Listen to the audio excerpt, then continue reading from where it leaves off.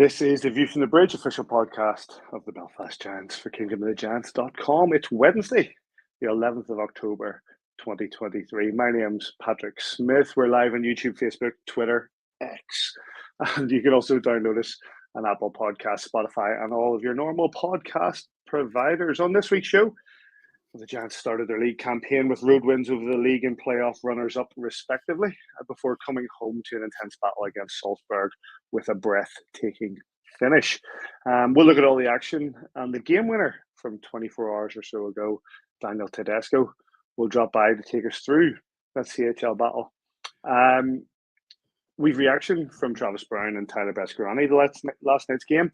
And the Giants have two games this weekend, both against the Fife Flyers. So the new coach, Tom Coolen, will join us, hopefully, for a discussion on his brand new Flyers. We'll look at news. There has been a bit of dops, as you know, because you're looking for the opinions. We'll be talking about that in the dops part of the show. Mr. Majemsky, how are you doing? Very dark there, mate. New light. Is it? You're usually more bright around the place. Disappointed with that. Yeah, I've got a new light set up here, Paddy. You know, I've invested again, but obviously not enough. No, looks good. Looks good.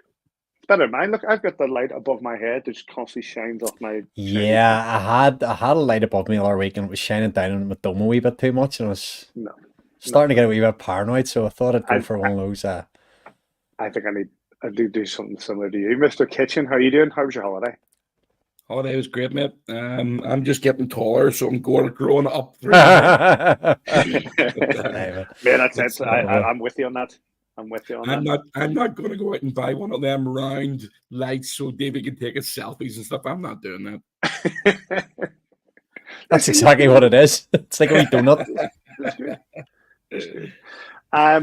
Right, gents.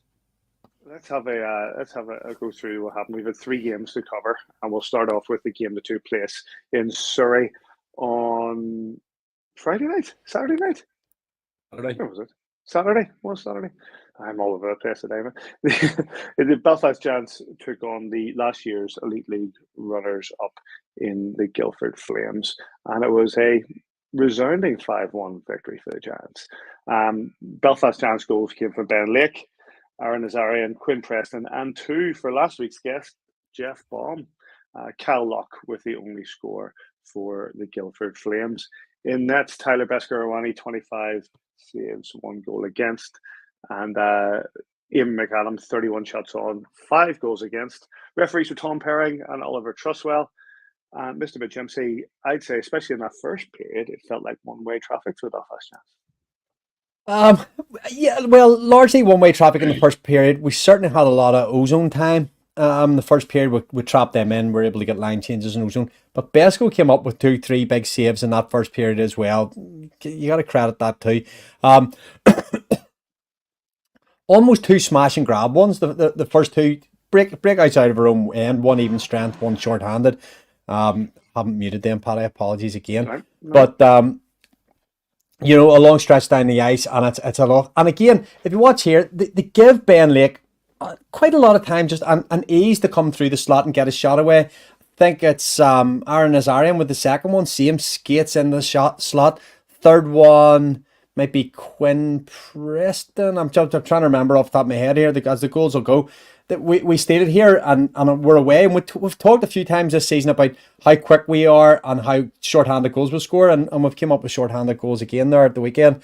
It's the next goal that is the one for me. Guildford don't really do enough around the slot. They just let Preston, I think I'm nearly sure it's Quinn Preston, just skates in. He just takes a little toe drag. Is it? Yeah, so they go up against the boards and it breaks away and he just skates. You can see him here, always keeps his feet moving. He's always just moving around the top and then he just goes in. It's just this wee toe. And, you can't give guys this much space in the house, so they're going to punish you. Went 3-0 up. Obviously, then they got a wee bit physical. I've left a little clip in here just for an opinion piece for two of you. Neither of you will know this is coming.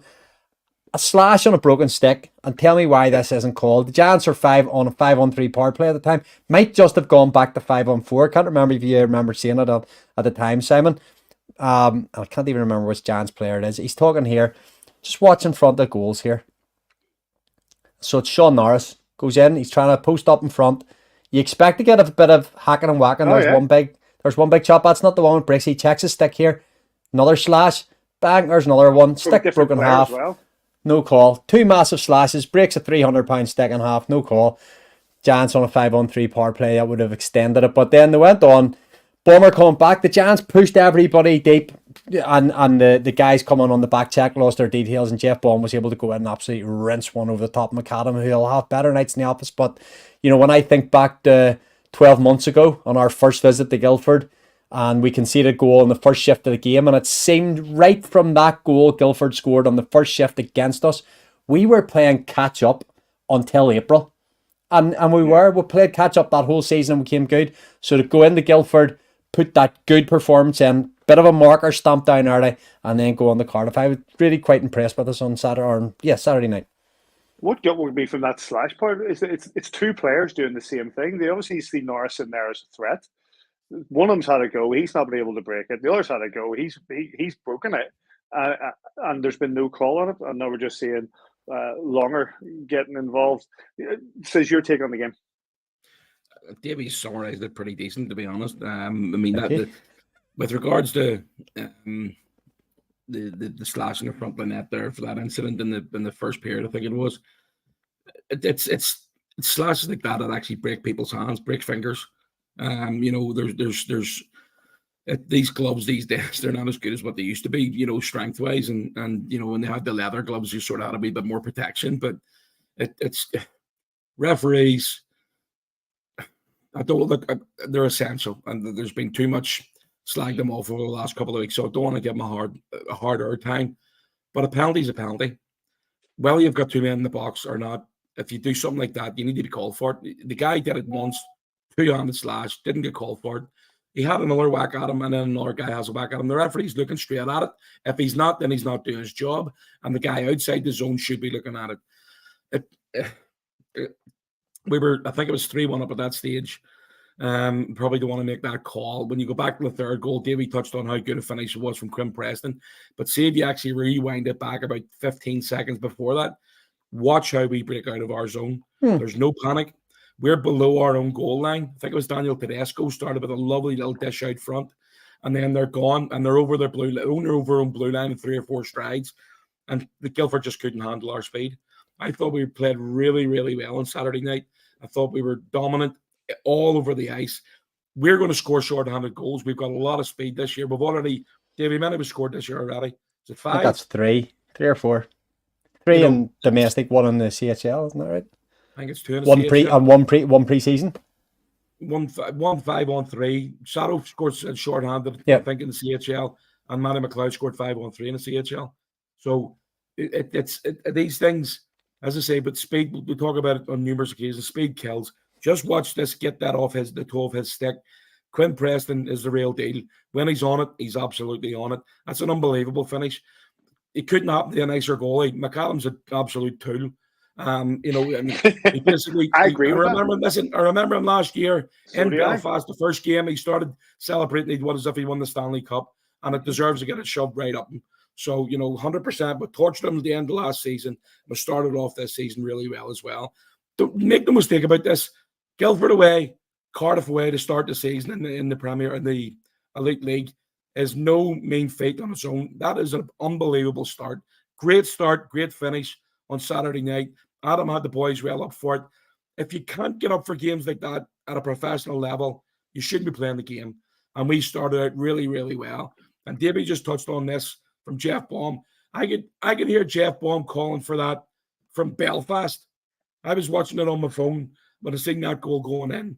And for that finish, Baumer's really, I think he's really stepped up. I voted for him last week on Player of the Month.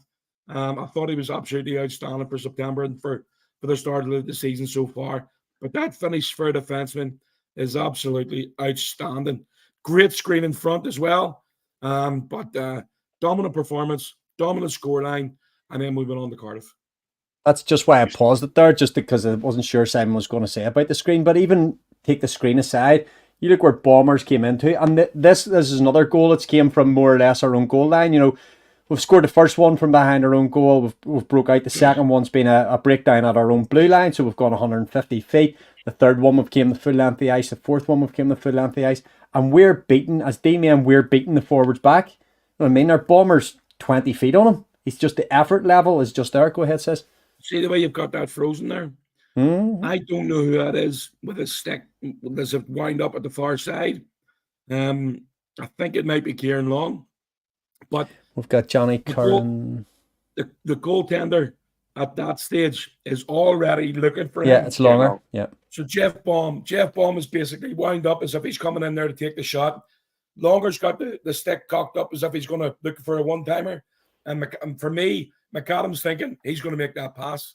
He's going to make that pass across the Longer. That's a really, really smart move by Longer. Really, really smart. Should get an assist on that, in my opinion. Do you know what? Two comments. So one, I fully agree with you on him, McAdam. I think last season he was given it the big one more than once, and you know he ended up with nothing in his hands. But I also think that Guildford, as they tended to do last season, if things aren't going their way, the physical aspect comes ramping up in a big way, and they try to bully their way through it. Longer doing a great job there, and they try to bully their way through it in the game. It didn't work, and like you say, Giants finished with a plum and walk out of the Spectrum in Surrey with a 5-1 win. Let's hear from the coaches. Yeah, it's tough at the minute for us in general.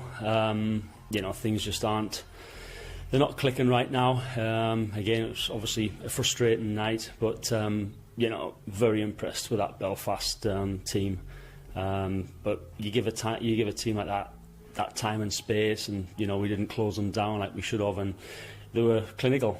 They really were. But that's a very good hockey team, and credit to them. They deserve the win. From our side, we've got to get better in all departments. To be fair, I think goal scoring right now is something that's hurting us, and I think we've got to take that upon the team, and we've got to generate more offense. But on that same side of it is just not leaving ourselves with odd man rushes. And right now, there's a lot of times where we're just giving up what I think is goal chances. Even goals that shouldn't be happening, not at this level, and it's just there's so much good in there for periods, and then all of a sudden we just switch off, and then all of a sudden it's a 3-on-2 or a 4-on-3 or even a 5-on-3 coming up the ice tonight. 5-on-3, that shouldn't happen. That can't happen. But again, it's tough. We are in one right now, and we've got to work our way out of this. That's the only thing we can do. But credit to Belfast. They well worth the 2 points tonight. We asked the guys to start on time and start well, and I thought the Guildford came out strong, and then once we got one or two, we took control there. Then there was a bunch of penalty trouble, but I thought overall our performance was good. Once we got control of the game, I didn't think we didn't relinquish it, and that's what we're asking our players to do, is control hockey games, and to do that you got to start well, and we certainly did.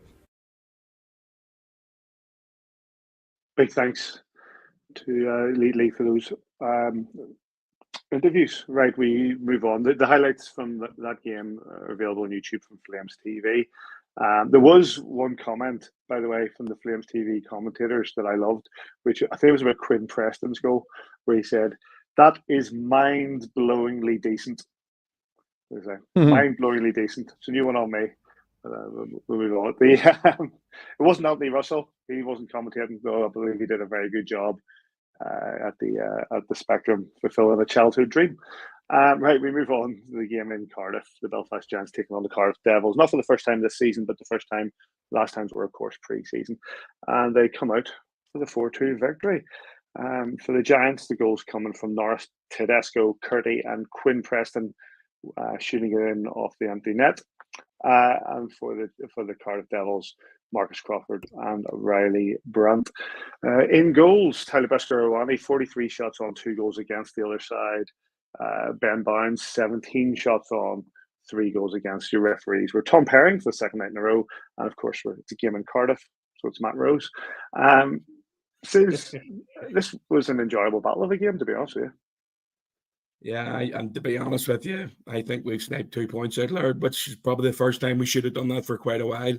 In the interview with Besco, I think he catches it in the interview. I can't remember. This is from Besco's interview last night.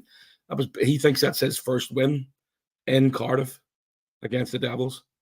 Really? I can't remember if he's right. A league win. He thinks I check it obviously, but he thinks it's right. It's probably right. He thinks it's in the league. He obviously, he thinks it's the first win in the league, but I'm not 100% sure. But I thought the Devils were decent, mate. I mean, they obviously they were beat the night before in Nottingham, so they were going to come home and they wanted to be well up for it. They outshot us quite half the amount. They put Besco under trouble, but that's why the big man's the best goalie that we chatted about this today. We didn't. He's the best goalie we've ever had. Make no mistake about it. We've had some really good goalies down the years. Yep. We've been very lucky that way, and we've won us championships. But Tyler Beskorowany is the best we've ever had, and arguably the best the elite league's ever had.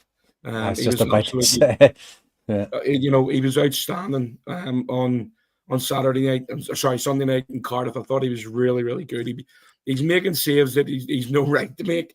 And make no mistake about it, that really, as a forward, you're sitting thinking, well, how am I going to beat this guy? It's got to come off my ass or something, or got to come off my knee to get into the net. And those things, bounces occasionally don't go your way. But when you've got a player like Tyler Beskorowany in net and basically doing what he does every single night of the week, he just gives you belief. It doesn't make a difference how much you've got the puck or how little you got the puck. It gives it that opportunity to just basically win the game, and that's exactly what he did on Sunday night. I mean, that second goal for us, that pass from Quinn Preston, he digged 3,100 people in that arena. Yeah. He thought the goalie thought he was shooting. Everybody else thought he was shooting, and the only one who was on the same page is the goal scorer. I think it was Daniel Tedesco. Great finish, heads up play. There it is again. Quinn Preston. Everybody thought he was going to take a shot there, and Tedesco with a great finish. Left hand has got to come across his body. Fantastic finish from Teddy. I thought we did what we needed to do. I don't think it was our best game of the season, but when you come out of those games with 2 points and not giving up any, I mean, yes, we played very well and we kept them to the outside. We didn't give them a hell of a lot of grade A chances, but the Devils certainly outshot us, as I say. And when you've got Besco in that form, and ultimately we scored 4 goals and they scored 2. So 2 points, 4-point weekend, absolutely outstanding. Well, on that theme, Davy, is, when I looked at the statistics for the goalkeepers, and 43 shots on, 2 goals against, but then you look the other side, and I saw a comment from a Cardiff Devils fan attached to the highlights where he said that the boys let Ben Boynes down. I don't think they did. I think they put 43 shots on Tyler Beskorowany. Ben Boynes did not have a good game. If 3 are going by you on 17 shots. Can also depend on the quality of the shots. Like I'm thinking back to the goals here. I know they're scrolling in front of me. That goal from Charlie Curdy there may or may not take a small deflection in front. I think it's beating him anyway. But like high glove. No, I don't think it does actually. But the goal there we just talked about, Quinn Preston. That is an elite level play there too. Even the empty net goal to take the shot straight from the face off. Not to have a D-man covering that either is a little bit of a question mark over that when that shot's on and you're pressing. And it's good recognition from Preston. There's nobody there. The shot's on. It's a shot to nothing. There's 19 seconds. In fairness, they're 3-1 down with 19 seconds to go. They've basically got a line fight. They've got to have one guy back. I'm surprised to have 2 guys back on the blue line or on the red line. Sorry, they've got. I know, but I'm just talking about having one guy posting for the shot, just in line with the shot. Yeah, when the face off, he's in the play within 3 steps, just straight behind the shot. That he takes the shot away. But anyway, that aside, not sure on the. I think it's the second goal Cardiff score, and the commentary's like, "What a save! What a save! What a save! What a goal!" Like Besco makes 3 saves even in that play where he's scrambling. He's probably no business.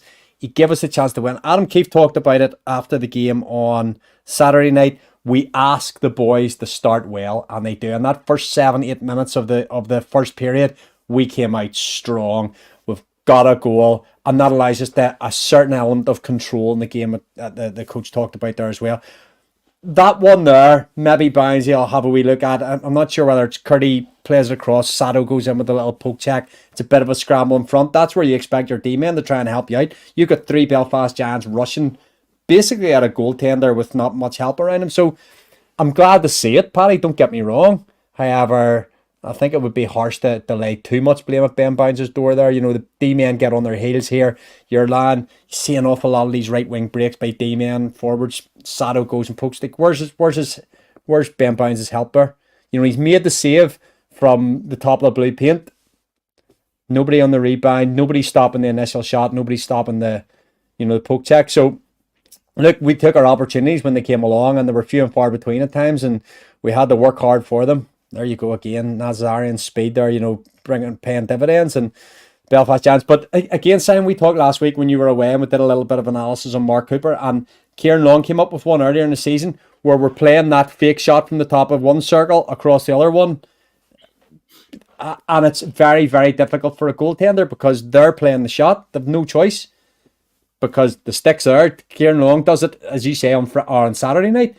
And the goalie's thinking, here, the Giants have scored 4 of these already. Am I playing the shot or am I playing the guy at the back post? And it's just really intelligent play. It's obviously something they're working on, Sam. Look, it's intelligent. You just touched on it. It's intelligent play. You need smart hockey players as well as good hockey players. And, it's unselfish play as well. I mean, a lot of people go for the glory. Whereas, just watch the movement around the outside, that little touch back to Quinn Preston, and then getting straight back into the slot. You talk about not protecting the house for Cardiff on the goal before that. It didn't do a hell of a lot of right in front of Lynette there as well. You've got to take people's sticks away. You've got to make sure they're not getting in line. But I just thought when you take your chances against the Cardiff Devils, you deserve to win. There's not many teams that's going to go into Cardiff again this year and win. You've been there, Davy, on numerous. You've been there a hell of a lot more than Paddy and I over the last few years. And how many times have you come away from there saying we should have got a result? And that makes a difference on Sunday night. We got the result on Sunday night. On a year before that or 2 years before that, we might not have done that. Well, we had that the first, it's probably 2 seasons ago now, Simon, when we went down there and we lost 2 games earlier in the season. We were fortunate enough to go on and win the championship, but that was, and I talked about playing catch-up, going to Guildford last year, losing the first match of the season, going to Cardiff last year, losing the first visit there. So it's a good statement of intent when you can go and you can turn those performances around, and very dominant performance in Guildford came away with a really well-deserved win, and a less dominant performance in Cardiff, but really drilling down and taking your chances. And you talk about, we talk about that pass from Quinn Preston, and you talked about it as well, Simon, just letting it come across the body for the left-handed shot, just taking that wee bit longer. Bounds is frozen, and you take them when they come, you take the wins as they come, and that's a strong 2-point weekend, or 4-point weekend, 2-win weekend. You were wanted to say. Let's cover one of the main talking points the last couple of days. Oh yeah. You ready for this, Paddy, are you? Round it up.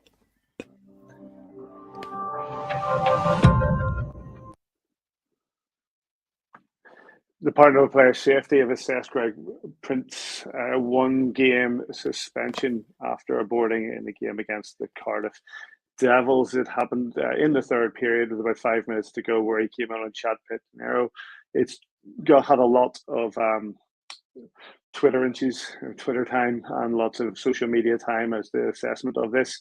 Let's start with you, Simon. What do you think?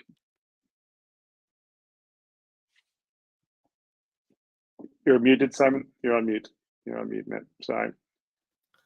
Should have heard what he just said there. Yeah. I don't even think it was a penalty.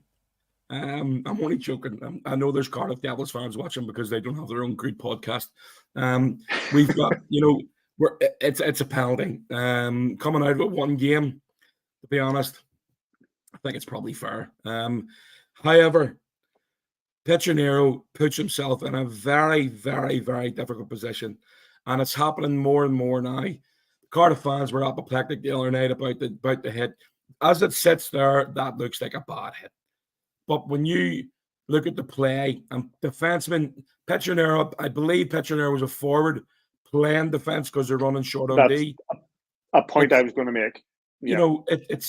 I was talking to Davy Phillips about this yesterday morning, and as in that position, as a defenseman, you're going to be tight against the wall, or you're going to be tighter against the wall, and not giving yourself and the thought of somebody coming, a 6'3" guy coming in behind you and hitting you hard against the wall. Do you stick and hit and stick there? Is Prince in a position where he can move forward or a little bit more, grab hold of him and push him against the glass? No, he's not, because of the way the body position is. And as the hurt comes in, Petronero is already leaning forward. He just catches his head on the top of the dashboard. It doesn't look good. I'll give you that. But 5+ game and a 1-game suspension, I think Dops have probably made the right call with that. Again, there's going to be Cardiff Devils fans thinking he should have been suspended for life and thrown out of hockey. But look, it's a physical sport. There's going to be guys who are going to get hit. There's going to be guys who are going to get penalties and suspensions or fines this year. But I think the 1-game suspension is warranted, and I think we'll move on, suck it up and move on. I expected a 5+ game when it happened, but I couldn't believe when Josh Batch decided to get involved and bring that down to 3. Just to finish up our Paddy, sorry. It's what happens after that. Yeah. Josh Batch, I have no problem with Josh Batch dropping the gloves and protecting his teammate. Getting 2-minute penalty for 4 digs to the head. Referee Matt Rose standing looking right at it. He's got to get more than 2 minutes for that. That's bloody ridiculous. I agree with that. Davey, your take on it? I'm gonna. I was trying to pause that there, Paddy. I'm gonna go on the flip side of that. Now at full tilt, this looks like a bad hit, and obviously in the arena you've got 3,000 or the guts of 3,000 home fans, and they're not gonna like that, and I get that. And it's a really unfortunate outcome. Now Petronero is, as Simon said, he's a forward, and here he's low. Like there's no doubt he's reaching for the puck, and that's all right. When Prince comes round the right hand side of bounds there, he's a decision to make. But as Simon talking to Davy Phillips, I was talking to a couple of players as well. If you're going to at that point put your left foot down and go back that way, you better be quick enough to get out of the way. And that's he's put himself in a really vulnerable position. So I think there's huge mitigation there. Prince gets his arm shoulder side of Petronero. So when you see it paused in here, he gets his shoulder on the right side of him. He doesn't quite get his hip on the right side of him, but he's as close to shoulder on impact as you can get. The player getting hit has a responsibility to be able to be hit as well. Now, can Prince be allowed that at that point? Probably not. So there's a responsibility. As you said, Simon, a D-man probably has himself closer to the boards there. You've played D for a long, long time. You've got a responsibility to protect yourself on the ice as well, Simon. And I'll take... Oh, you're muted again, mate. I'll take the 1-game ban and we'll move on from it. But I could mitigate that down to no suspension as well, quite easily. I do agree with you, Davey. But the other side of things is, you see, if Greg Prince doesn't make that hit, he's come back to the bench and Adam keeps giving him a bollock over it. Yeah. Correct. If it's 100%.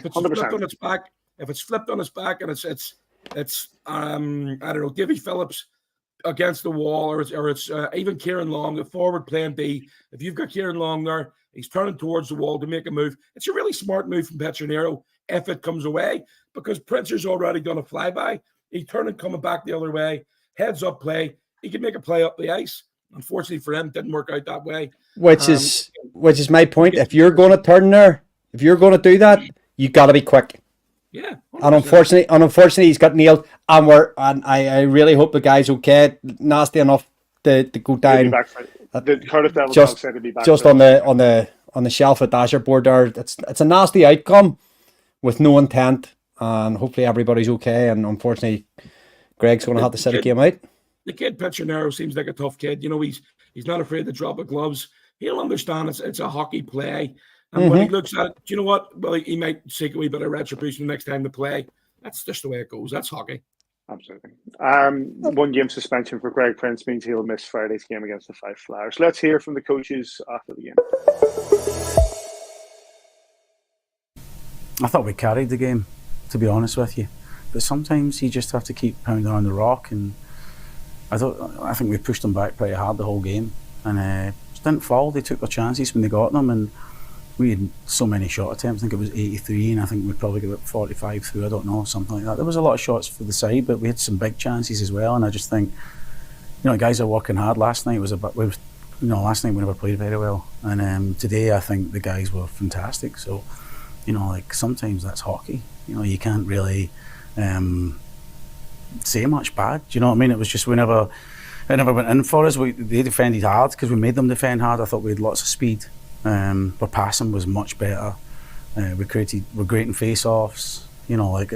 Sometimes that's how it goes. But I think if we keep playing with that efficiency and maybe the appetite's the word, with that appetite, I think we'll win a lot of hockey games.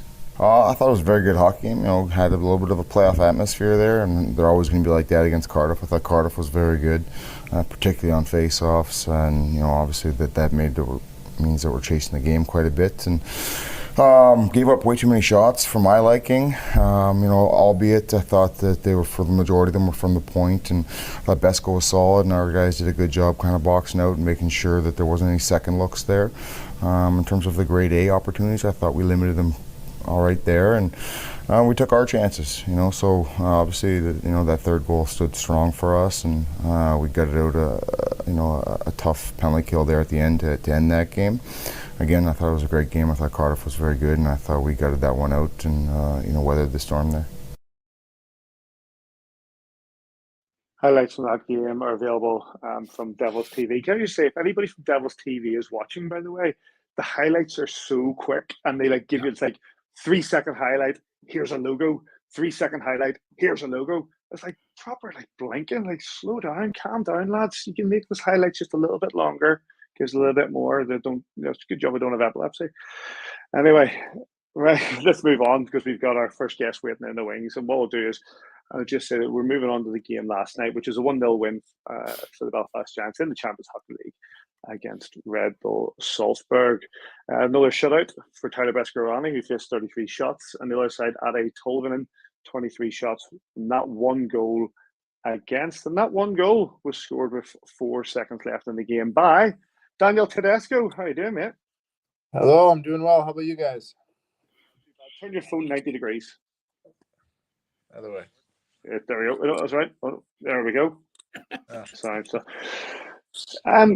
So you and Quinn Preston break into the zone. There's seconds left on the clock. You have the patience to go for forehand, backhanded in. How was that? It was exciting. It happened pretty fast. All I remember is Quinn.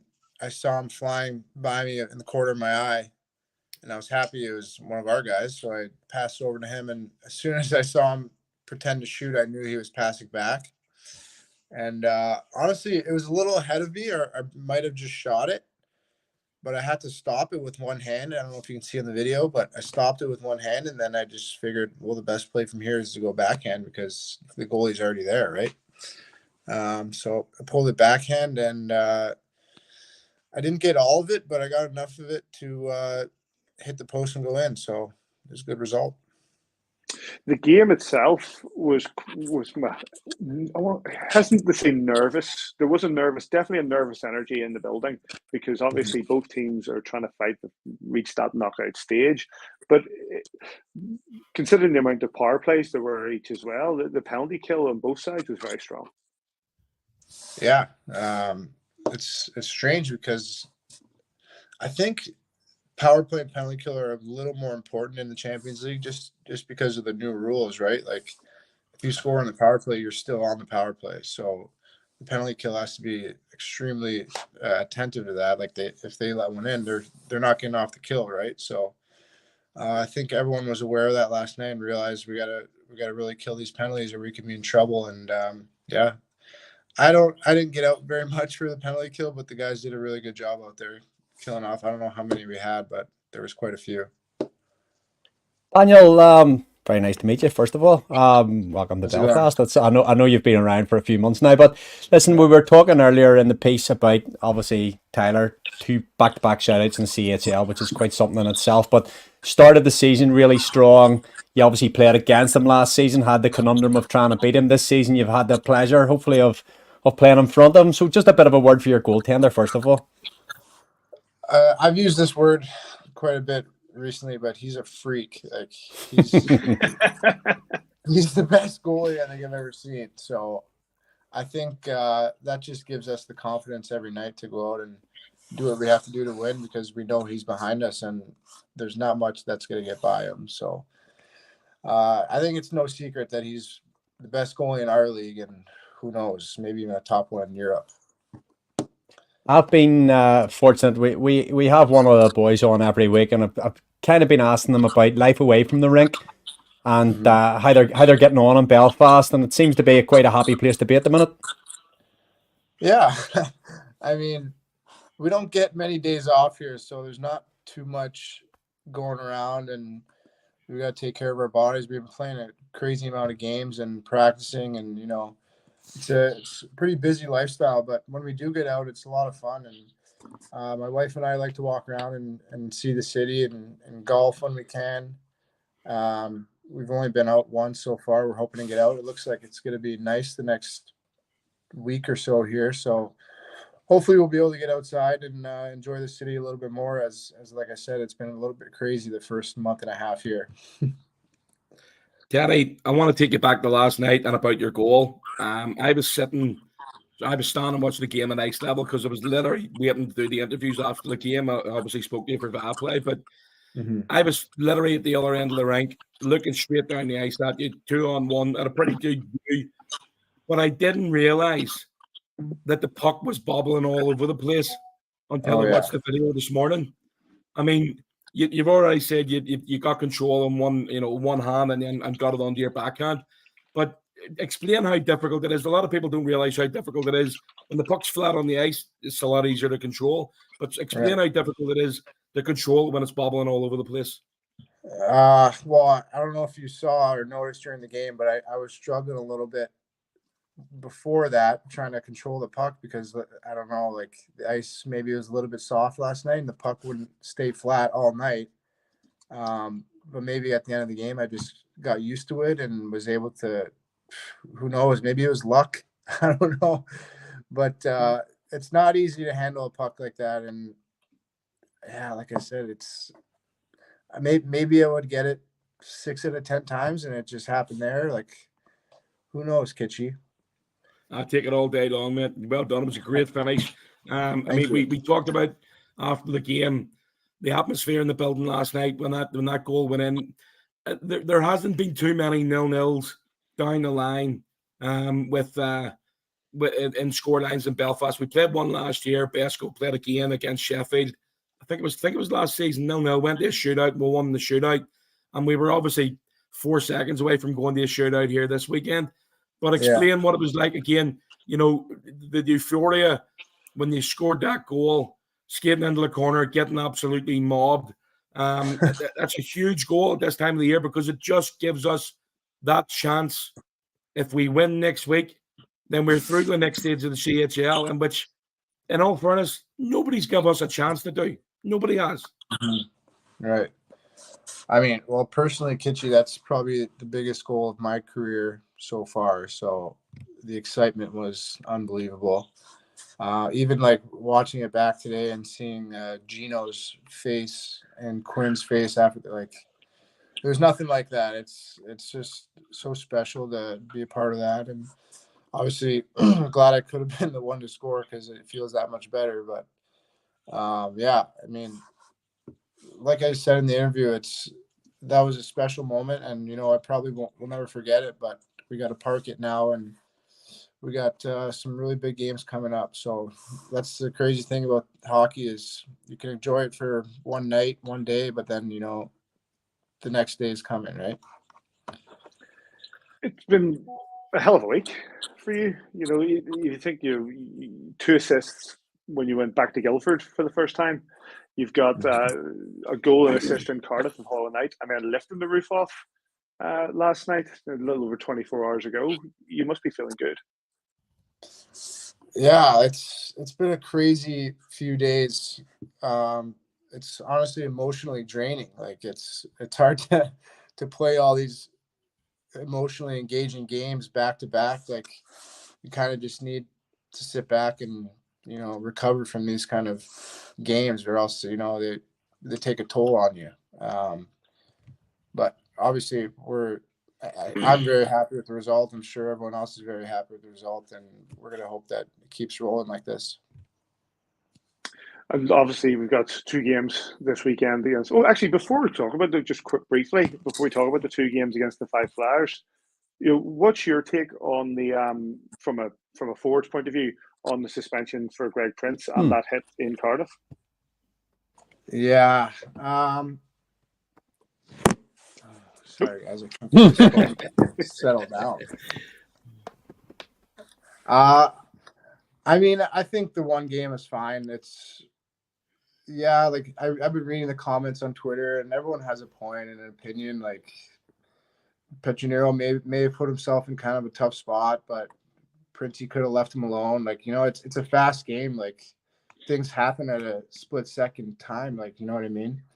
But I'm okay with the 1 game suspension. I think just to keep everyone honest and, just to let the players know there are consequences, even if it's a mistake. So, yeah, I'd love to have him Friday, but, I'm okay with 1 game as long as that's all it is, right? And just finally, 2 games against the Fife Flyers this weekend. You had a tight one against the Fife Flyers just 2 weeks ago over in Kirkcaldy. They're a tough team to face. Yeah, Fife, they really surprised me when we played them. I think they're not the Fife of last year. They're a really good team, and we got to be just as dialed in against them as we played yesterday. Like, they're going to be just as good as anybody else in the league, I think, this year. And like we all know, we can't take any games off. So, and they're going to be a team we got to really be focused against. And a quick note for that pass from Q for your goal. Sorry? A quick note for the pass that came from Quinn Preston for your goal. In Cardiff. Cardiff? Yeah, that was another one where as soon as he got the puck, I didn't move because I knew he was passing me. I think I just had a feeling, and he's a great player. He's fun you must to have play been with. the only person in the building. You must have been Really? the only one in the building who thought he was going to I didn't pass think it the was puck. coming. I thought Everybody else thought he was going to shoot. Well, that's the thing. He's got such a good shot, and he scored early in the season with a shot, and like I just had a feeling like the lane was so open, and in my eyes it was really open. I don't know about everybody else's, but as soon as he wound up for that, like pulled it back, I was like, it's coming to me, and I'm gonna shoot it right away. So, go ahead. No, on that, man. Listen, keep up the good work. It's been fantastic. You're obviously on a rich vein of form at the minute. Good luck this weekend, and thanks for joining us. Yeah, thanks. Appreciate it, guys. Pleasure to meet you, Davy and Patrick, and Kitchy. We'll see you tomorrow. Thanks. Yeah, Cheers. See you again soon, mate. Big thanks. Big thanks to Daniel Tedesco for his time, and we'll come back. I want to talk. Sorry, Paddy, we're jumping in. See, when you seen him last year, we all knew he's a good player. I didn't realize how good he is. That kid's got it. I don't know if he's still sitting backstage. I've no idea, but he's got it. He is such a good player, and he sort of reminds you a wee bit of Conway. His competitive streak. He gets stuck in. He doesn't take a shift off. Ben Lake type player as well. Just really skillful. Such a good shot. And plus he's a top lad. Really, really good kid. Really enjoyed having him on, and hopefully we'll speak to him again before the season's out.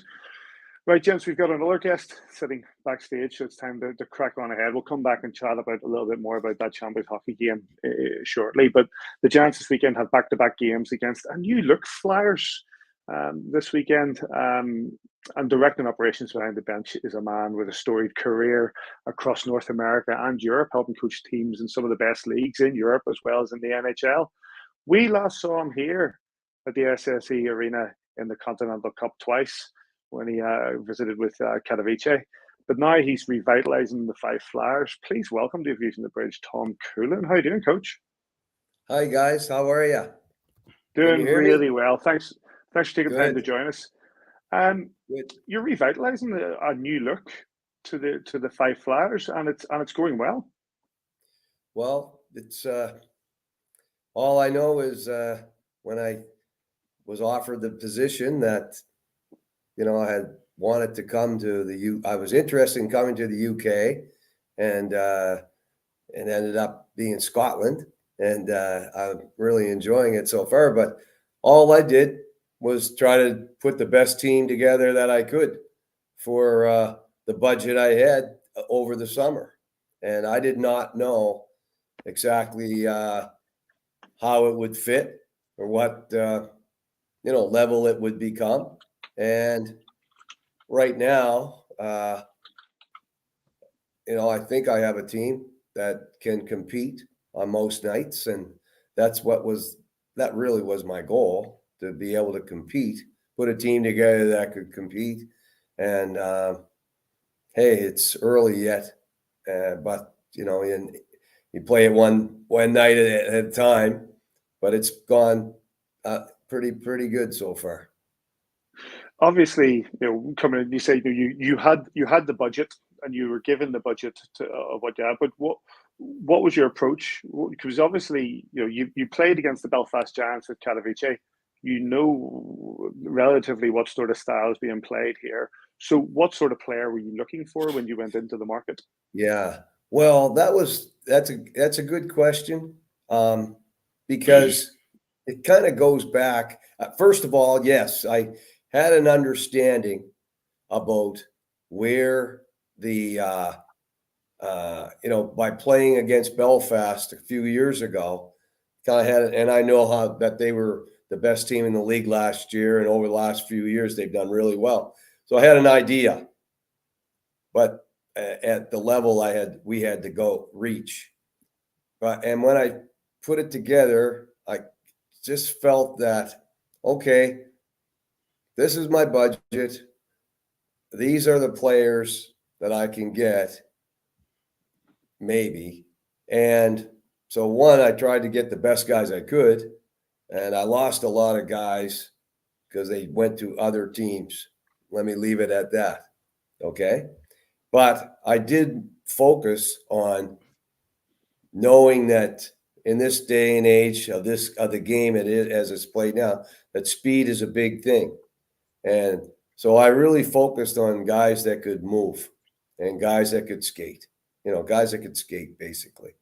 So I feel that I've got a really good skating team, and I wanted to get bigger on the back end than I had spoken to Shane Owen, who was really the only returning player under contract. So I knew Shane I had coached him in Katowice as well. So I asked him what he felt, we needed on the back end. And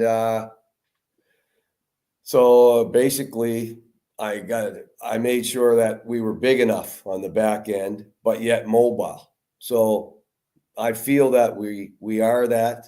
We're pretty mobile on the back end, but I've got big enough guys that we can ideally box guys out, keep them from the front of the net a little better than they have in the past years. That's basically what I tried to do on the back end anyway. So, Coach, very nice to meet you again. Whenever you talk about you were given a budget and you've recruited the best you can, you have set yourself some mini targets or long-term targets through a season as well, because you'll obviously want to go out and try and win every game. That's what we all do when we're playing hockey. Yeah. But you'll obviously have an element of realism with that, where Fife are within budgets, and that's just a fact of life as well. You're competing against teams that are spending. How do you what sort of targets do you set yourself? Well, yeah, I think that's a fair question. I mean, the targets that I have set for myself or for our team, well, you'll have to, first of all, where were they last year? That's the first question. Okay, they finished. There's 10 teams. I think they finished 9th, not far ahead of Dundee, and they didn't make that the final 8 playoffs. My goal would be to make that final 8, get to those playoffs. That's the thing that jumped out at me. That's before I realized that we played for 3 different trophies, kind of, with the Challenge Cup. I didn't know anything about the Challenge Cup, but now that I'm here and been playing those games, we want to get to move on from the first round. And it was funny that speaking with my wife today, she said, okay, you're going to be finished the first round. And then what happens? And I said, I don't know. I don't know what we do after the first round.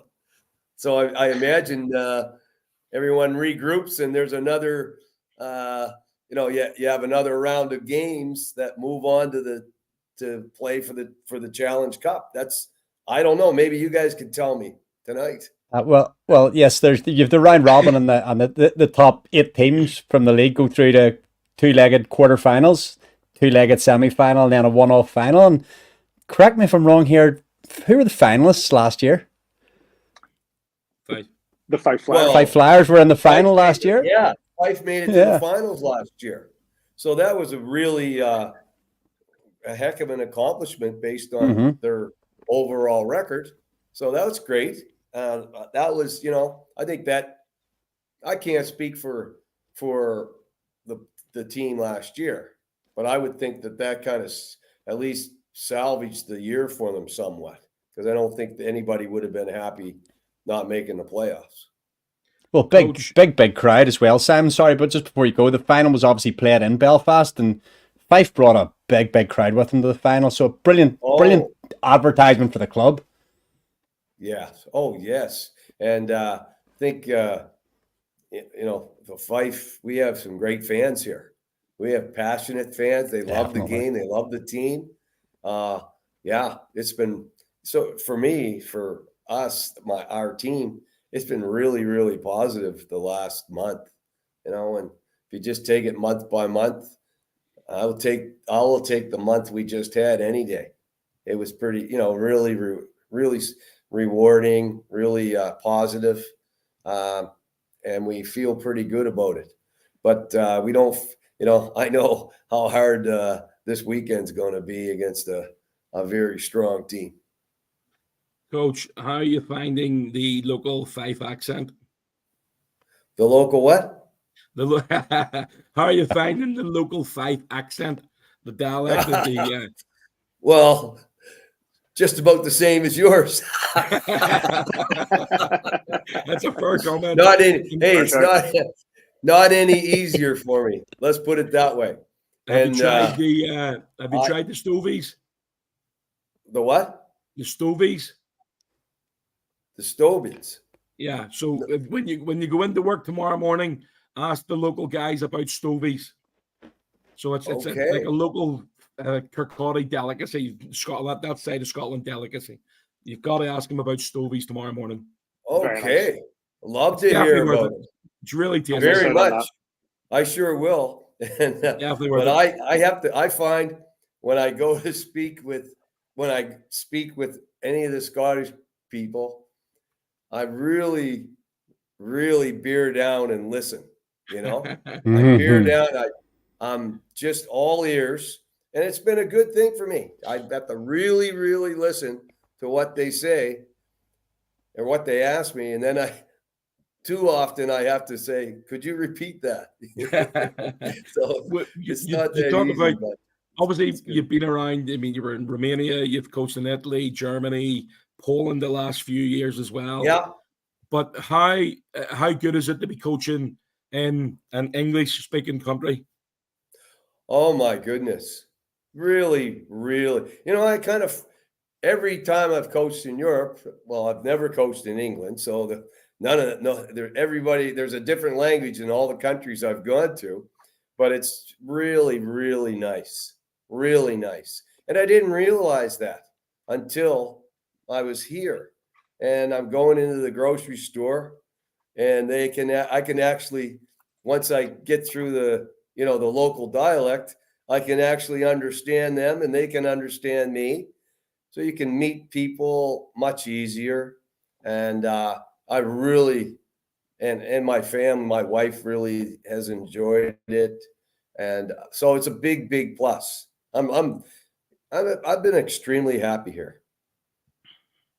That's all I would bring you back a couple of Let's bring it What? back a couple of years to that trip in 2018, 2019 with Katowice, the last time you were in the SSE Arena in the Continental Cup. What are your main memories of that? From our point of view, you brought a absolutely. great fan base. Absolutely. Well, we had one thing that jumped out at me. We had a lot of people that came to support us to Katowice, whether they came from, I know there's a lot of Polish people here in the UK. We had people that came in.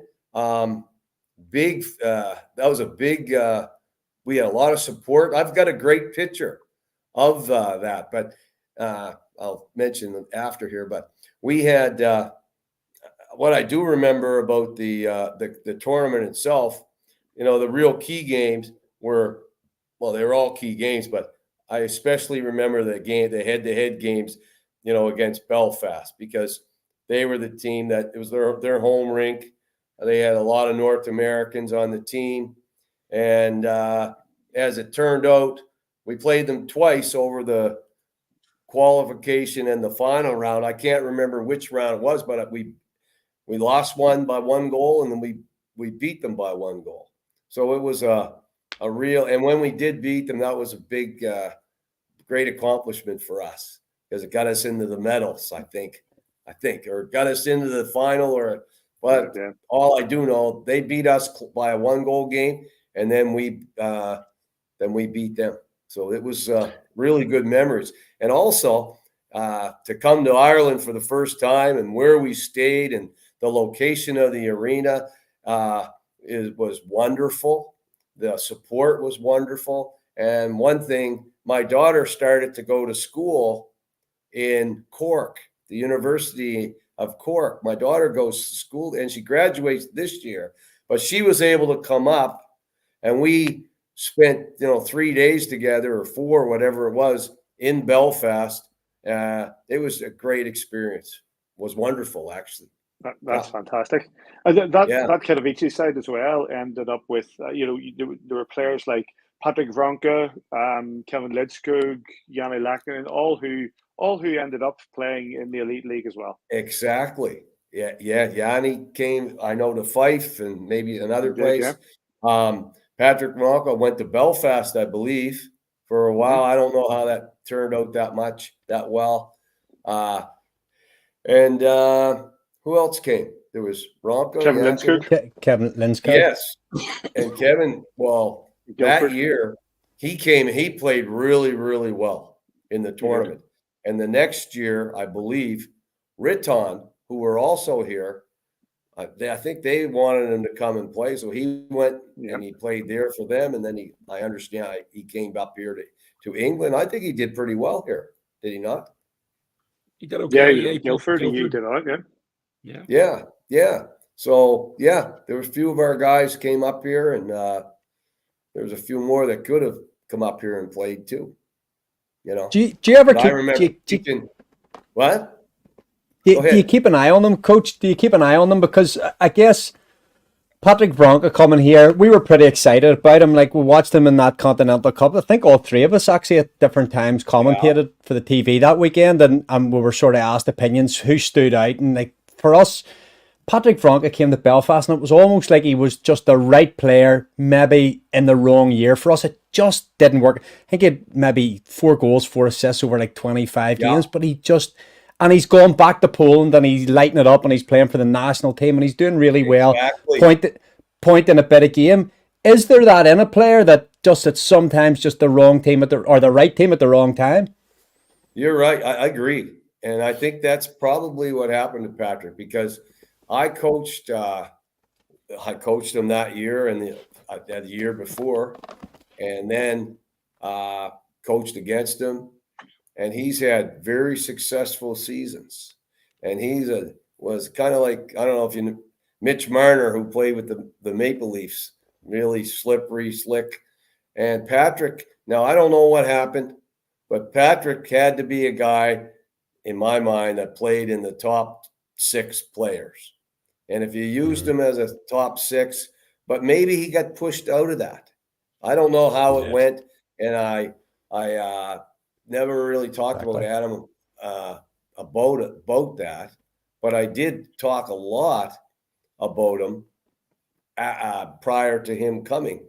I spoke with the coaches or the GM at that time, and I told him what I thought of Patrick. And I've always, but maybe he got pushed out of the top 6 and didn't get the power play time. Maybe he lost his confidence. Who knows what happened? But he was a good player. He was always a good player for me. That's all I know. That seems just about right, Simon, doesn't he? Dropped a wee bit down at depth. I think he was healthy scratched, and then pretty much after he was healthy scratched, he was there. You go. He was on the road, but a heck of a skillful player. Like he so low center of balance and and in that Continental Cup, he played really well, and he's an exciting player. So he does things. Maybe he's the kind of guy that when you haven't seen him, he can fool you. But once you get to know him, maybe in the UK league here, maybe once people got to know him, he was less effective. Maybe they played him harder. I don't know.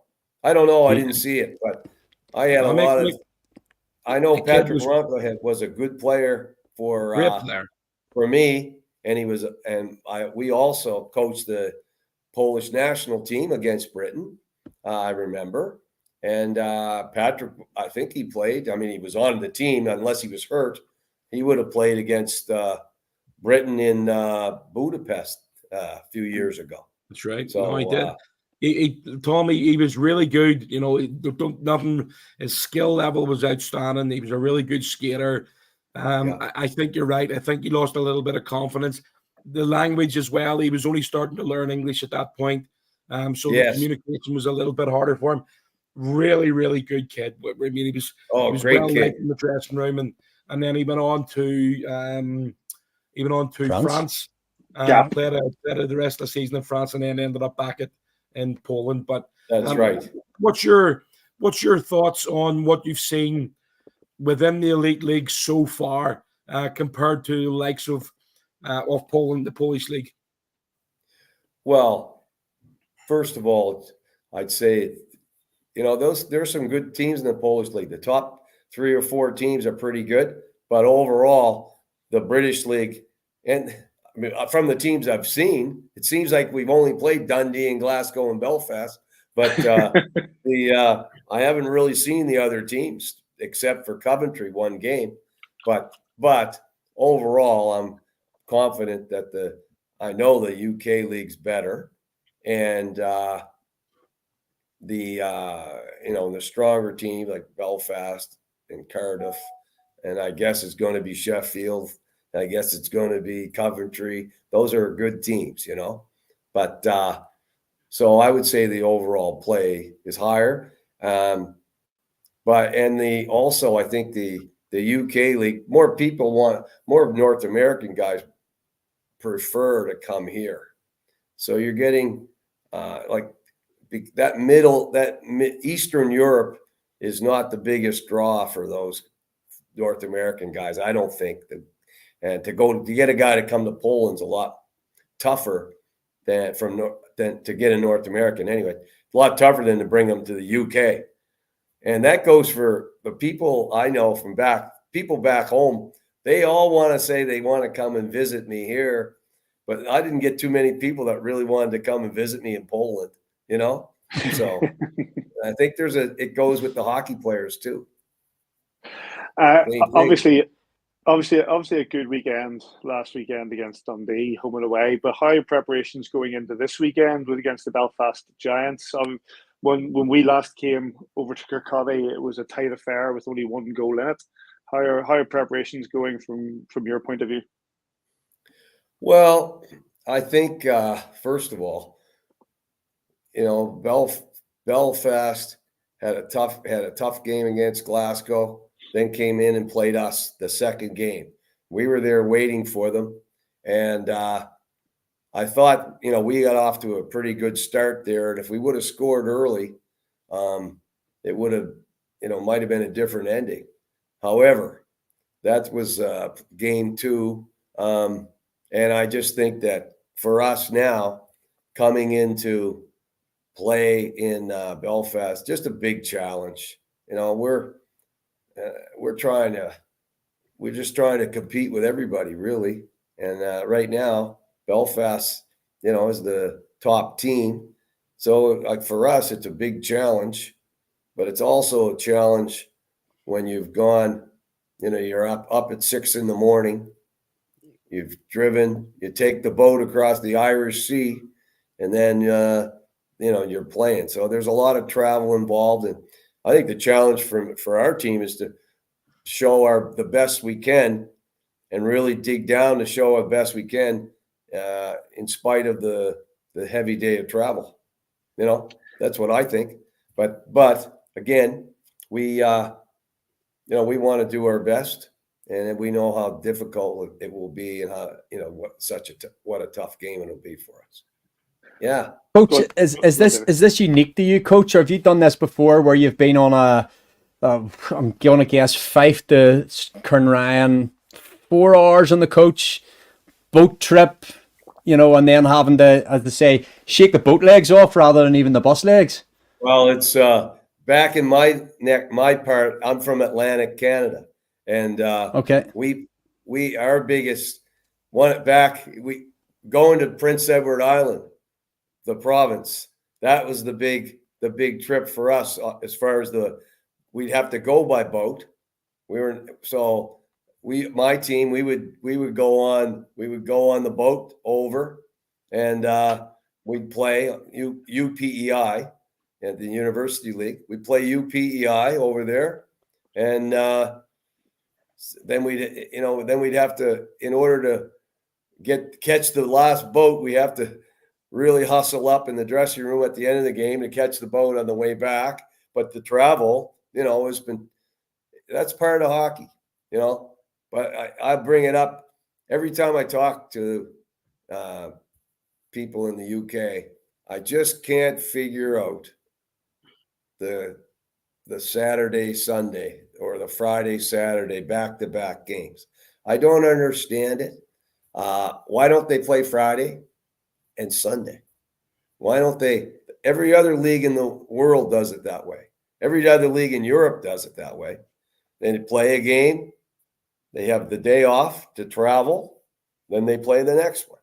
But here, I don't know how Belfast are going to travel. But we're going over there one day on the boat. We play them. We come back on the boat. We travel. We get back. I have no idea what time we're going to get back on Saturday. I don't know. But I know we play Saturday night at 7:15. What? Does it not make more sense then for the old double headers, where you can come and you play Belfast Friday and Saturday in Belfast? We come to you later in the season and play Friday, Saturday in Fife, or Saturday, Sunday. Does it ever? Your fans can come. We can go there.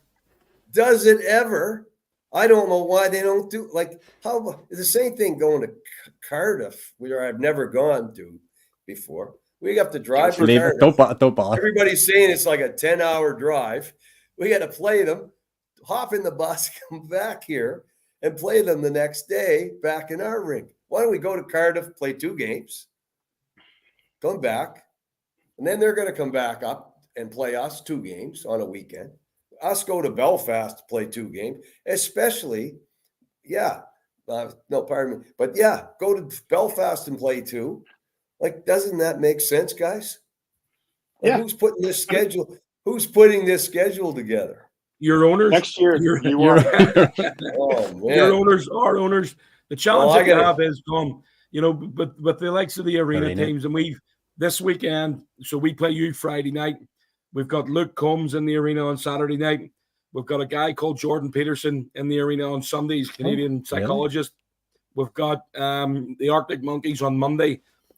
It's all about the schedule. It's not ideal, but all the teams are the same throughout the UK. You talk about going to Cardiff, you've got a longer one when you go to Guildford. So if you're doing home and away in Guildford, it's a long one. We're doing home away with everybody. So there's no one coming up for 2 games. Listen, I'm sure. We're not going to wish you good. We definitely aren't going to wish you good luck against Belfast. Every other trip, the best of luck, but we're not going to be wishing you good luck this weekend. One last question before. I really appreciate your time, Coach. One last question. No problem. one thing, and I've heard other people say this as well, you look like you're really enjoying yourself. What's that? You look like you're really enjoying yourself. I am. Thank you. But I really am I'm having fun. Thank you. I really am. I mean, I got a great group of guys that I've, been talking to for the last few years. Really good group of kids. I'm enjoying the people are nice. We're winning our share of games. I'm not saying you have to win them all, but we're winning enough, a few here. And yeah, and I like where I live. I'm overlooked the ocean here. I like that. I grew up on the water, but I haven't lived there in a long time. I'm close to my daughter in Ireland. My wife came to stay for 3 months. My son was over last week. They all loved it. They like it. They like the people. No, I'm really having a good time. Honestly. Great. Coach, listen, we really appreciate your time. Like Simon says, we can't wish you well this weekend, but good luck against everybody else. Understood. Maybe we'll talk again Understood, as guys. goes on. Understood. That yeah. Well, thanks for having me on. I've really enjoyed anytime. But I hope those owners listen about what I got to say about this Friday, Sunday. That's better. We'll get you involved. Those back-to-back games will are get you killers. involved. Yeah. Anyway, thanks, Coach. Good stuff. Thanks, guys. Really nice Cheers, to Coach. talk to you here tonight. All the best, boys. Yeah. Big thanks What to a guy. Tom Coolen. That's a fantastic. That's a brilliant. What a guy. Hey, Absolutely brilliant chat. The old when the fun stops, stop. Why stop when you're having so much fun? And we're really fortunate we're involved with this great game, and I hope we are for many years to come, and I hope I have a smile as big as that when I'll be involved in the game as long as Tom has, and it's a real pleasure. Well, you look at you're on mute. On mute again, Simon. I've been sneezing and coughing all night. Does anybody else think he looks a wee bit like Robert De Niro? He's better looking than he's more handsome than Robert De Niro. Just the way Better looking than Robert De Niro. You look at his career and the teams that he's coached, and he was on the bench as well at Buffalo. And you look at the international games of Latvia that he coached, Olympic Games, World Championships. The guy's had a phenomenal career, and he obviously still enjoys himself. Obviously, is still having fun, and is in Fife. And to be fair to him, and we'll come to the games later, but he's revolutionized that Fife team. There's so many new faces in there and new teams, and they're playing really, really well. And I think the Giants are in for a tough couple of games this weekend. Go on, Davey. I'm just going to move on. We'll be coming probably back to something to be said there. Obviously, Fife have been under the stewardship of Todd Dooley for so many years, and perhaps in hindsight, is wonderful hindsight's 2020 vision. Maybe Todd, although he took them to the cup final last year, maybe that organisation needed a wee bit of fresh broom sweeps cleaning on. Maybe just needed reinvigorated, and Todd obviously stepping aside, given the opportunity to bring Mr. Coolen in there, and as he said himself, put a team out there that hopefully can compete every night and set those wee mini targets through the season. Let's get through the Challenge Cup group. Let's see where we go. So good luck to him. I remember whenever it was me and Simon commentating on the Katowice match, whenever I can't remember what happened. The jacket came off, and it was a great for TV. Great. Put him back in there. Paddy and ask him. I'm going to Tom. Kicked out of the game. Tom. I got kicked out of the game. Oh, you were kicked out, were you? You know why? Probably a bad refereeing decision. Oh, there you go. Great story. Listen to this one. So we're in Belfast, and the referee calls. There's 2.5 minutes left. He called a double minor on us. We're done, right? And I slammed the door, and he threw me out of the game. And I said, okay, I got thrown out. Then I was pulling the players. I went out for a walk that night, and I ran into this referee. Came across by me, and I said, "Hi, how you doing?" And I stopped to talk, and he said, "It's too bad, what happened." I told him, I said, "Well, the guy shouldn't. Why would he call a double minor and take us out of the game and whatever. So then I said, what's your name anyway? And he said, well, my name's such and such a guy. I think he was Swedish or Finnish maybe. Anyway, the story is this. I said, what? Is that you? Anyway, this referee, and he was the guy when we were in the Olympics when I was in the Olympics with Latvia, it was 1-1 with Canada. 7 minutes left in the game. And one of our guy reached and up went the arm. It was a bad call again. And even Ted Nolan, who I worked with, shook his head, and he never would do that. Didn't do that much. Never complained about the referees.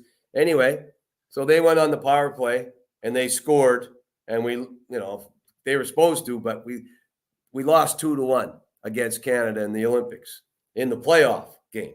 So that's that. That's fine. Then we go to the World Championships with Latvia. We're in Belarus. We're tied. We have won 3 games. We beat Finland. We beat the United States. We beat Kazakhstan. Anyway, so we're playing Belarus. It's packed. I've never been in a rink as loud as it in my life. And the people are screaming and everything. Anyway, it's 4-3. And we go on the power play with 2 minutes left. Okay? I think we pulled the goalie. We got our guy out. We got that Dodge Evans is out there. Anyway, we score. Everybody we go crazy because we knew that the tie was going to get us in the second round. Anyway, all of a sudden, no goal. Well, guess what? It's the same fucking guy that called it in the Olympics. It's the same guy, and it's the same guy I ran into outside the Belfast arena. So, boy, did I have a chat with him. He recognized you, Tom. He recognized you. You just went right. Well, once again. We started to talk, and he put it all together. I said, "I can't believe it's you." I said, I was being nice to him. I said, "You're the most hated man in Latvia." Oh yeah, people. They even put a website out about how much they hated this guy because he screwed us out of the Belarus game and he screwed us out of the Canada game. And I ran into him. That was a fate. What a great piece of fortune that was. But I remember exactly where it was. It was right outside the main gate going into the Belfast arena. But can we check who's refereeing on Friday night? Can we get a referee? Can we get him in? Yeah, you better give me a good one over there. Okay, boys, I gotta go. Anyway, take care, Tom. Cheers. Real good chat with you, Coach. Thank you. Big thanks to Tom Coolen. That was some crack. Like, what a guy. Such fun.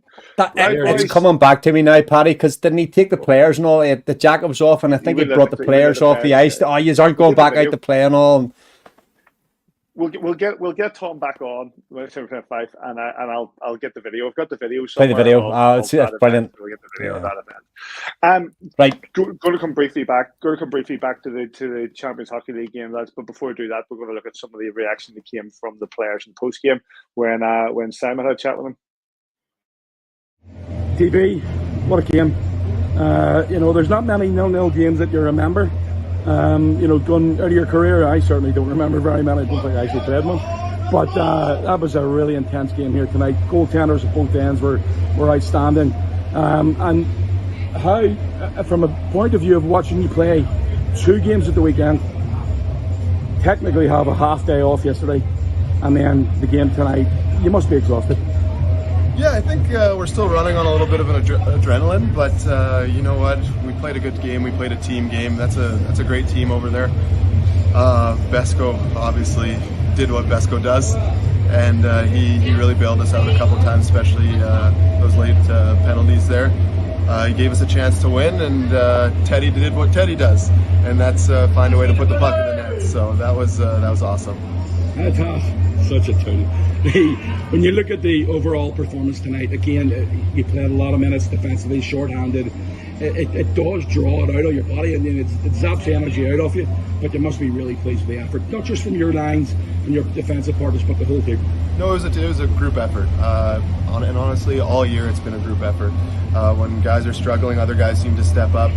We have a solid goaltending tandem, and you know what, we're just trying to play a team game, and you know what, it worked out in our favor tonight, and we couldn't be happier. And you do it in front of your brother? Yeah, my brother's in town with his wife, so it's nice having them over here. So to get a win like that in front of them means a lot. And you get a day off tomorrow, so maybe go and let them sample the Heart Bar tonight? Yeah, we'll see. I think I have school tomorrow, so maybe just a couple, show them around to a couple spots, but then early bedtime for me because we got that big match on Friday. Right answer. Top man. Thanks, DB. Thank you. How's my hair? Your hair looks okay. Electrical back in Ottawa. Pesco, after the 1-0 victory over Red Bull Salzburg, and you have company tonight, so do the intros. Yeah, my agent's here from back home, so he came to watch me play tonight. Big game tonight. Big game, yeah. So he's helped me out along the way, and you know what, good win all around. You know what can we say? They played well. We showed up, we were tired through. They had the weekend off and a bit of tough travel, but you know what, we played really well and battled all the way through the 60 minutes. Back-to-back shutouts. Talk us through them. No big deal. Just doing my job, right? My job's to stop the puck, so I feel like I did that pretty well. Coming off the back of, again, Guildford and Cardiff at the weekend, you knew it was going to be two tough games. You knew this was going to be a tough game tonight. You must be feeling pretty good about the way things have gone over the last 5 days. Yeah, really well. I think that was my first win in Cardiff, against Cardiff actually, in my career here in Belfast. So you have to double check that, but I'm give him a chance to do that. Yeah. But no, you know what? It was a great 2 wins on the road there.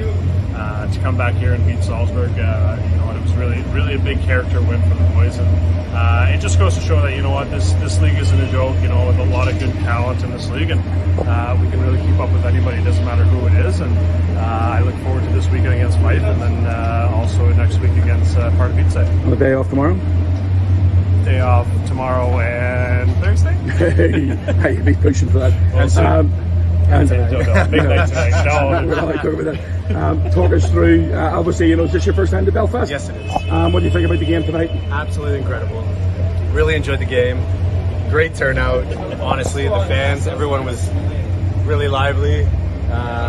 Really enjoyed myself, and I can't wait to come back. How do you think of Big Man then? Unbelievable. We always he was all right. He went to Edinburgh though, so yeah. He's all right. Okay. Yeah. Okay. Least said about that, the better. Yeah. You're in Belfast for a few days. Yes, sir.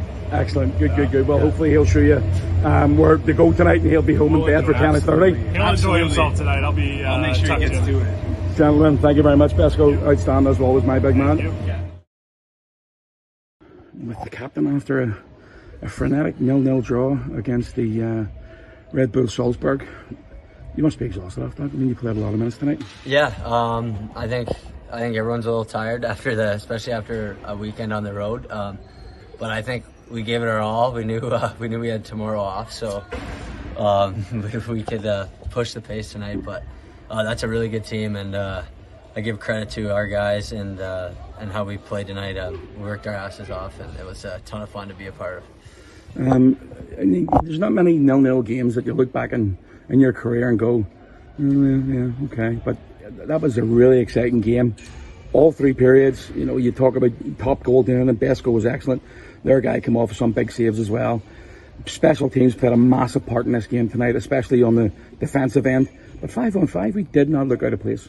I don't think so at all. I think they came out and made a few nice plays early, but I think once we started finishing checks and stuff, we knew we were right in this game. That was honestly one of the most fun games I've played as a Belfast Giant. It was incredible. The atmosphere was great, and that was 2 teams going toe-to-toe and giving it their best. The 3-on-3 at the end, you played 60 minutes flat out, and then you got to play on 3-on-3. You start the 3-on-3 period with Laker and Charlie Curry.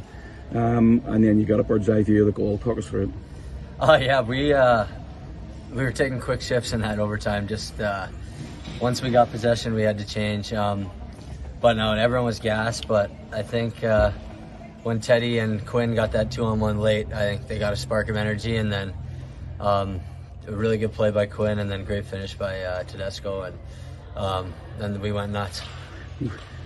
Again, every big goal, and especially an overtime winner, there always seems to be a little bit of doubt because the referee goes to the box. He's in there looking at video coverage. Everybody in the building knows it's a goal, but it's the Red Bull just sort of clasping the straws. Yeah, I think they were worried about the clock lagging a bit, but I actually told the guy, the other captain, who does that in this rink, so I think it'll be a good goal. And once I knew that's what they were viewing, I think we were good to go. Your mum and dad were in the building tonight. Yeah. They arrived in yesterday. Yeah. You always show off a wee bit when they're here, don't you? Yeah, I think they saw our Champions League win last year against Trinich, and they're back again for this one, another Champions League win. So they'll be here next weekend, or next Champions League, or this weekend and next Champions League game. So hopefully they're lucky. They can keep the luck coming for us. So we've got a couple of games in between. We've got Fife home and away this weekend, but when you still look at CHL, and I know we don't like looking down the line because you have games in between, but you're in a really good spot here to potentially move on to the next stage, which would be absolutely huge for not just the Belfast Giants, but for the IHL. Yeah, for sure. I think we've made a statement that all 3 games against those Austrian League teams have been tight games and could have gone either way. I think we've shown ourselves in this Champions League so far that this league is the real deal, and it deserves a bit more respect across Europe. Okay, that's going to do it. I'm knackered. Don't even know about you, mate. Top man, thanks. Good. Thanks, Kitchy. Big thanks to the Coops, to Tyler Bescarolani and the Travis Brown and Stefano. Is it the agent? You can tell it's Canadian Thanksgiving weekend when there's so many people coming over to visit. It's a lot of guys getting visitors this weekend. Yeah, there's quite a few. Coops, mum and dad's in. Jacob Friend's mum and dad's in.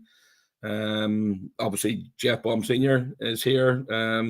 He's in Europe for about a month. Longer's mum's in as well. So yeah, there's quite a few over the weekend, over last night especially, for sure. Great game last night. We'll not delve into it any much longer, lads. The highlights are the Champions Hockey League on their YouTube. Next Wednesday is going to be a big game. Just decided to go. Next Wednesday is going to be a big game. We'll talk about that more next week. And one point from last night as well. Just it was mentioned by Aaron Murphy on commentary. We pass it on. Big thanks to Karen Lynch for telling us. But Troy Bork, who played for Salzburg last night, is actually the cousin of number 27 Paxton Schulte. So he got to play under the retired number of his cousin. All he did was Gurney didn't like getting hurt. If you watch the third period, he was in a face-off with Laker. And I thought he was going to start opening his lamps up last night. Oh, well, sure. Too bad how sad, never mind. So, yeah. Not as tough as Paxton, as you're saying. Not as tough as Paxton at all. Right, let's move on a bit. Let's move on with a bit of news, gents. And what I'm going to do is go back to a bit of the Department of Player Safety.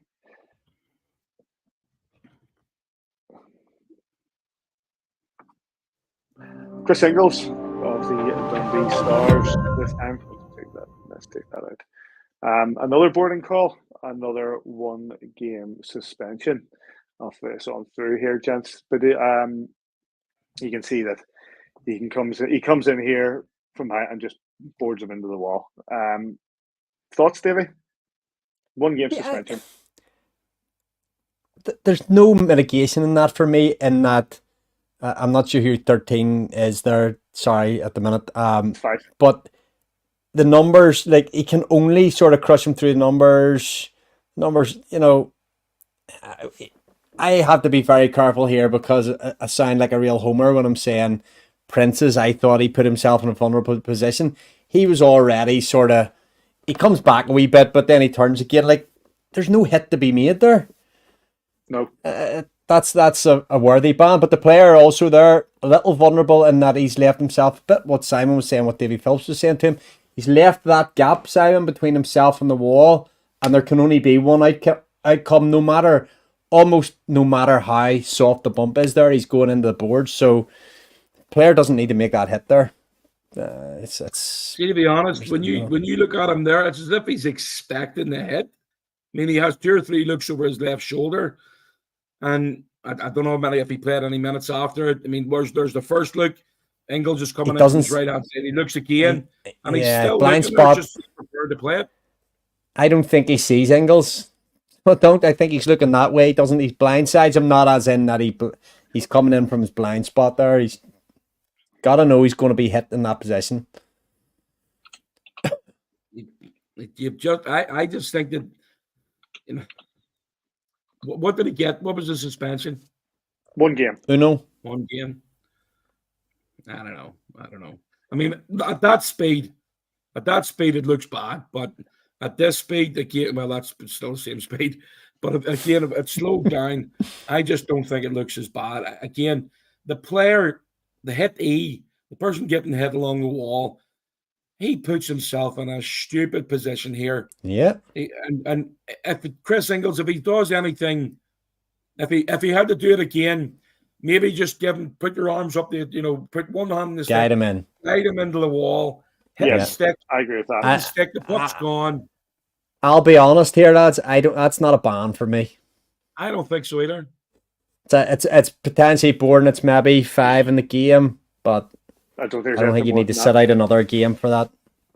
Do you feel that there's been a boarding call on Prince, and that because this has happened at the same time, they felt the need just to sort of think it's consistent? No, it's really not. I hope it's not come from the one as at Watling earlier in the season, where there was almost an outcry that there wasn't a ban, that it was only a fine, and there's almost, I think there's actually a reaction to that. There shouldn't be every single incident should be taken on its own merits. Yeah, a one game suspension for his name already, Ingles, which will be against the Nottingham Panthers away in Nottingham at the weekend. He only got a 5-minute boarding call. He didn't get 5+ game. No, just a 5-minute major, no game, but they've assessed it, and they've well, I suppose the Scottish referees, I suppose. Not having to go, Toby. Not having to go.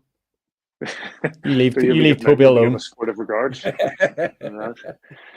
Right. Well, there's a little bit of news which I'll rattle through while playing the goals of the week for you. A mixed week for the Nottingham Panthers, who helped the Cardiff Devils on their way to a 0-point league weekend with a 3-2 win on home ice in Nottingham. Before the Panthers felt the wrath of the Storm in Altrincham in the Cup, Matt Ginn's side conceded early, but took control of the game and won 7-4. We've just spoken to Tom Coolen about Fife. They had a 4-point weekend in the Cup, putting 10 goals by the Dundee Stars over 2 nights, 6-3 at home and 4-2 in Dundee. On Saturday, the Clan came from 4-1 down at home to the Blaze to force overtime, but it was Danny Stewart's team who got the extra point in the shootout. Danny Cristo credited with the winner.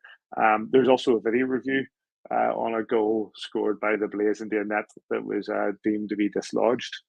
Sounds familiar, except this time it sounded like the Clan had video review equipment to look at it.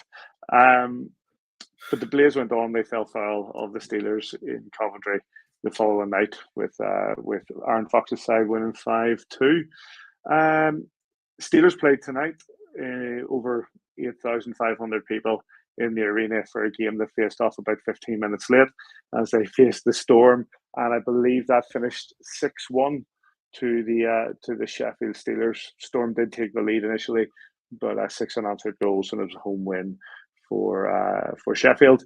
And finally, Cardiff will host Team GB in the Olympic qualifiers between the 8th and 11th of February. Romania and China are the 2 confirmed teams, and another country will qualify from the previous round, and all those games will be at the Kyle Baum Arena in Cardiff. Daniel Tedesco there with the #1 goal of the week for the Belfast Giants. That one for the pass from Quinn Preston. Any points from there? But I tell you what, the fact that there's now goal review technology in in Glasgow. Says it was quite entertaining to see. Paddy, After what happened to us last week. I didn't hear what you said there, mate. I was coughing. The goal line technology seemed to appear in Glasgow last week after it was missing the week before. Yeah, I really don't know, man. I mean, you'd love to see the club starting to get fined for this. They've been told to have it in place for a number of years now. That, as you look at from the camera, to the right of where the team benches are, facing the team benches, that net's been coming off for a long, long time. And it's sort of, the Clan goalie especially knocks it off more often than enough. No penalties are called, but when an away team knocks it off, he gets called straight away. It's a bloody joke that needs to be fixed. Put a bit of investment into it. I know the Clan have had new ownership. I get that. Get on the Murph. Tell them to drill the hole a wee bit bigger and put, pay a wee bit of money to get the proper posts in, because it's getting beyond the joke now. Those reviews are going to happen. They're going to be 10 a penny if it continues. Right, let's start wrapping things up, boys. The Belfast Giants, as we said, have 2 games against the Fife Flyers at home on Friday at 7 p.m. at the SSE Arena. Get yourself down there. Or Mr. Kitchen will take you through the game on Giants TV. And then over to Kirkcaldy on Saturday, 7:15 at the Fife Ice Arena. And that will be on Flyers TV with Laura and Dean. 2 big games in the Cup. I'm not going to dwell on those. We know what's coming, and we'll review those next week. Any other business, boys? No, well, there's just the one. There's a fundraiser up for Wee Blake at the minute that finishes tomorrow, I believe, on AVFTB. We'll maybe post it up again tonight to try and see if there's anybody interested. 2 tickets to a show your choice at Balsonic and an overnight stay in the Clayton Hotel. Thanks again to Sports Entertainment Tours for their support and putting that together for us. But it's only £2 a ticket, so if you can buy any more, spare a couple of quid from your wages this week, it'd be very much appreciated. Davey, last week you said you were going to get the draw ready for this week. Forget? No. Do you know what? I only just, remind me at 10:30. Huh? Well, no, I only remember there myself. It just says saying it. I want to do it live so it looks legit. I can just go and do one and record it on StreamYard and put it out. But I'm going to write it here on my agenda. We will start the show with it next week. Start the show with it next week, okay. We'll start. I'm really sorry to everybody that bought tickets. I'm really sorry. I'm under pressure at the minute with home and work and stats and video, and it's just gone out of my head. I'm sorry. I apologise to you all. I still appreciate your money. Thank you. As does Elijah Briga. So thank you. We will start the show with it next week, mate. I'll put it on the agenda and make sure we're on top of that.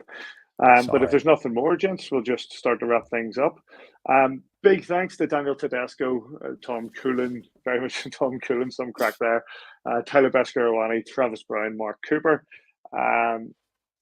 Simon's just either. What are you doing there, sir? No. There is one thing. Oktoberfest is on Friday night. Have you seen the jerseys yet?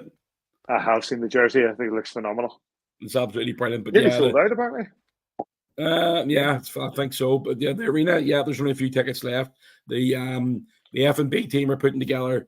I think they're 2 pint. They couldn't get the hold of the steins, but they've got 2 pint glasses. There's a lot of RB bits and pieces happening on the night. So get the shelves down. 5 o'clock, doors open. There'll be a few chances to win a few of those jerseys. Be absolutely remiss of us to not pay some form of tribute, and I know they'll do it at the arena at the weekend, to Ida Fusco, who passed away, an absolute dream of a woman, especially on Facebook. You couldn't post a birthday, something happened, your granny, and Ida was on with a wee picture of herself congratulating whatever the kids did. She was just an absolute darling. She worked so hard as a volunteer for that club, probably sold tens of thousands of pounds of 50/50s and shirts of their back, and done all the little things that these volunteers do for our club. A lovely woman, and I mean that genuinely. I'm not saying people, nobody horrible ever dies, because people have always good things to say, but this woman was a superb lady, and her smile will be missing. You come to the top of stairs and she's not there to say hello to you. I feel for her daughter, I feel for the family, and it was a pleasure to know her over many years supporting the Belfast Giants. She's been around since day dot. Ida Fusco, see you in the rafter, kid. Can't add to that, mate. Can't add to that. Absolutely. Right. At the AVFTB on Twitter. You can get us on Facebook, kingdomofgiants.com, all your podcast providers, YouTube, Twitter, all that sort of nonsense. The two games, as I said, Giants at home on Friday, 7 p.m. at the SSE Arena, away to the Flyers on Saturday, 7:15 p.m. at the Fife Ice Arena. Big thanks to you two gentlemen. And very much enjoyed it. I think we're all very tired today. I haven't even shaved, which is a rarity at this point in the. It's Anthony Russell looking for merchandise. Turn your phone 90 degrees. Some crack. Really enjoyed it tonight. But listen, wherever you are this weekend, we hope you enjoy your hockey. We'll catch you here next time on A View from the Bridge.